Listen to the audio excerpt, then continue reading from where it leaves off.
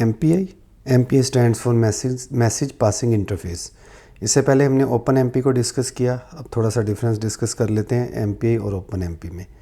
Open MP basically thread based थी और उसमें हम प्रैग्मास लिखते थे, और ये एक प्रोसेसर के साथ जो कोर्स होते हैं उस कोर्स के ऊपर अगर HT इनेबल्ड कोर्स हैं तो हर कोर के ऊपर 2 थ्रेड्स जो है वो एग्जीक्यूट कर सकते हैं आप। ये विदिन सी लैंग्वेज के मेन फंक्शंस के अंदर जाके आप प्रैग्मास लिखते हैं। Very easy. ओपन एमपी बहुत इजी थी।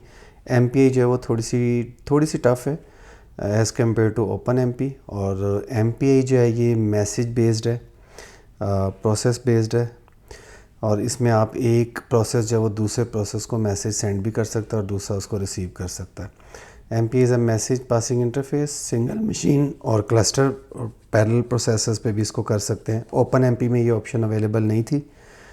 MPI में आप एक सिंगल मशीन के 6 कोर्स को यूटिलाइज़ कर सकते हैं एक प्रोसेस को किसी भी फंक्शनैलिटी को परफॉर्म कराने के लिए, या फिर आप क्लस्टर्स को with in local area network और डिस्ट्रीब्यूटेड सिस्टम्स में भी ये कर सकते हैं।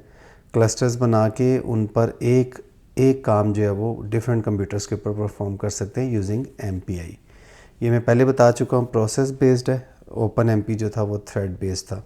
ये डिस्ट्रीब्यूटेड मेमोरी है, नॉट शेयर्ड। ये मैंने इसलिए लिखा है क्योंकि ओपन एमपी जो है वो शेयर्ड मेमोरी बेस्ड था, तो ये डिस्ट्रीब्यूटेड मेमोरी बेस्ड है।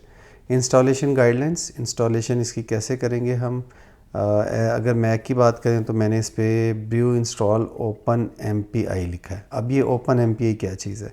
बेसिकली MPI तो कुछ स्टैंडर्ड्स हैं, बेसिकली स्टैंडर्ड्स हैं जिनको इम्प्लीमेंट करने के लिए मुख्तलिफ लाइब्रेरीज़ हैं जिन्होंने इसको इम्प्लीमेंट किया। ओपन MPI जो है ये इसकी ओपन सोर्स लाइब्रेरी है। मैंने इसको इंस्टॉल किया यूजिंग ब्रू। उसके बाद मैं VS कोड में गया हूँ। VS कोड में मैंने सिर्फ एक्सटेंशंस में जाके C++ जो माइक्रोसॉफ्ट की है उसको इंस्टॉल किया है। ये देखें, ये वाली आपने इंस्टॉल करनी है बस। उसके बाद ये सिंपल हेलो वर्ल्ड प्रोग्राम है MPI का, ये मैं आपको दिखा देता हूँ। सबसे पहले आपने ऊपर जो है इंक्लूड करना है, इंक्लूड MPI, और STDI बिल्कुल उसी तरह। मेन में इसमें आपने 2 आर्गूमेंट्स जो है वो ये ज़रूर लिखने हैं। इसके बाद 2 वेरिएबल्स लिए, रैंक और साइज़ के नाम से। ये नाम आप कोई भी रख सकते हैं।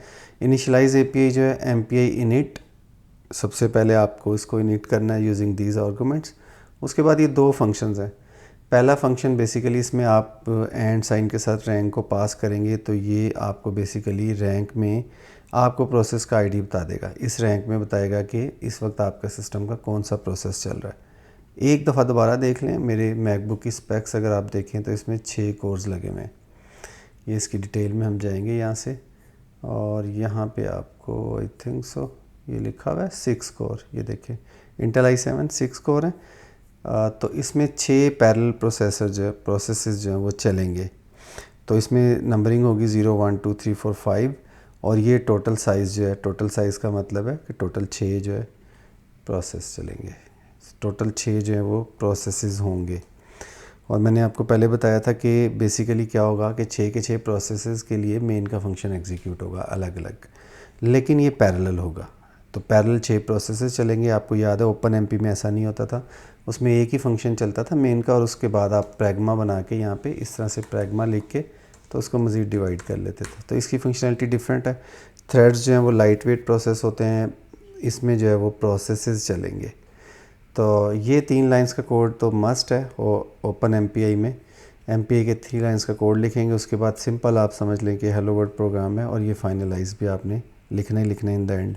तो प्रिंट एफ में मैं आपको दिखा रहा हूँ प्रोसेस नंबर, इसका नाम हम रख देते हैं प्रोसेस नंबर, और आगे %d में रैंक को मैंने प्रिंट करा दिया, और टोटल प्रोसेसेस में मैंने प्रिंट करा दिया साइज़ को।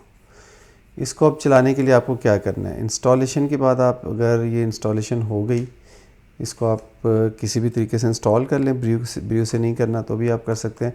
MPI CC -- वर्जन, तो ये देखें ये शो कर रहा है कि आपके सिस्टम में ये इंस्टॉलेशन हुई है। MPI रन -- वर्जन, तो ये देखें ये इसके ऊपर शो हो रहा है। तो ये इंस्टॉलेशन तो हुई है। अब आपने जब इस कोड को चलाना है तो सिंपल सी की तरह नहीं चलाना, बल्कि MPI का कंपाइलर की मदद से चलाना है। MPI CC, तो फाइल का नाम क्या है हमारी, ये हमारी फ़ाइल है जिसका नाम मैंने रखा हुआ है टेस्टिंग। इसका नाम चेंज कर देते हैं, इसका नाम चेंज कर देते हैं, इसका नाम रख देते हैं hello.c।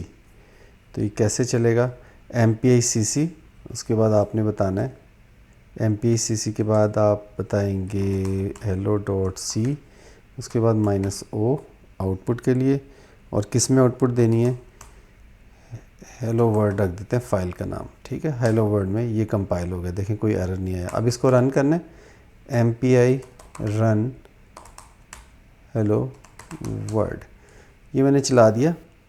अब आपके सामने जो है वो आप देख रहे हैं प्रोसेसेस आ रहे हैं, प्रोसेसेस नंबर 5, टोटल प्रोसेसेस 6 है। तो मेरे सिस्टम के लिहाज से ये आ गई। इसको आप ये भी कर सकते हैं, कम ज़्यादा भी कर सकते हैं रन में। यहाँ पे कोड लिखा होगा, कमांड लिखी होगी, अगर आप रन करना चाहते हैं कम या ज़्यादा प्रोसेसेस तो वो आप यहाँ पे एक्स्ट्रा आर्गूमेंट पास कर सकते हैं। ये देखें अभी ओवर माइनस ओवर सब्सक्राइब को अभी आप इग्नोर करें, और यहाँ पे आपकी फ़ाइल का क्या नाम है, हेलो वर्ड है। ठीक है, हेलो वर्ड में इसको ख़त्म करें, और कितने प्रोसेस, नंबर ऑफ़ प्रोसेसेस आपने 4 चलाने, ज़्यादा नहीं चलाने। ओवर सब्सक्राइब को माइनस ओवर सब्सक्राइब को ख़त्म करें। तो ये देखिए 4 प्रोसेस चल जाएंगे, पहले 4 चल जाएंगे। इसको आप मज़ीद कम कर सकते हैं। अब आप ज़्यादा करना चाह रहे हैं, 6 से ज़्यादा करना चाह रहे हैं, तो 7 करके देखें तो ये एरर आ रहा है, ये वार्निंग आ रही जो भी नहीं कर रहा। तो क्योंकि इसकी लिमिट 6 है तो बाय डिफ़ॉल्ट तो ये नहीं करेगा। तो इसमें आपको ओवर सब्सक्राइब जो मैंने अभी लिखा हुआ था वो इसलिए था, ओवर सब्सक्राइब -NP, और इसको आप जितने मर्ज़ी दे दो, आप 20 दे दो। तो ये कॉन्टेक्स्ट स्विचिंग की मदद से इसको हैंडल कर लेगा। अब प्रोसेसर्स कोर्स तो आपके पास 6 ही हैं, तो वो जिस तरह भी हैंडल करना होगा टोटल 20 करके बाकी नंबरिंग उसको कर देगा। तो ये एक हमारा आज का पहला जो है वो इसका हेलो वर्ल्ड प्रोग्राम था।